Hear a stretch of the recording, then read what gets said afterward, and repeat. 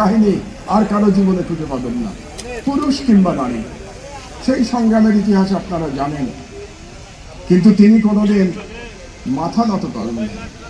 তার একটি স্লোগান আমার সবসময় মনে পড়ে, ওদের হাতে গোলামীর জিঞ্জির, আমাদের হাতে স্বাধীনতার পতাকা।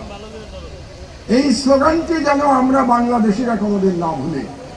আমরা যেন বেগম জিয়ার সেই স্বাধীনতার পতাকা সারা জীবন হাতে ধরে রাখি।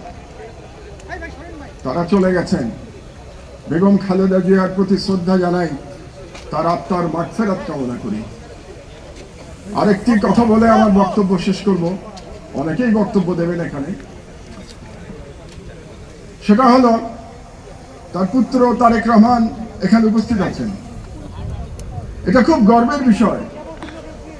বেগম জিয়া এবং জিয়াউর রহমানের সন্তান হওয়া অত্যন্ত গর্বের বিষয়, কিন্তু এটা একটা ভয়েরও বিষয়, এটা একটা শঙ্কার বিষয়।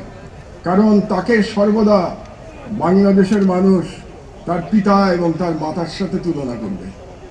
এই তুলনা বড় কঠিন, যে কোনো ব্যক্তির জন্যই কঠিন। বাংলাদেশে যেটা বললাম, গত 55 বছরে মাত্র 2জন নেতা নেত্রী জন্মেছেন। তাদের সমতুল্য হওয়া কঠিন কাজ, এবং সন্তান হলে আরো কঠিন কাজ। রবীন্দ্রনাথের একটা কবিতা আছে, তোমার পতাকা যারে দাও তারে বহিবারে দাও শপথি। আজকে শহীদ জিয়া এবং বেগম জিয়ার পতাকা তারেক রহমানের হাতে ন্যস্ত হয়েছে।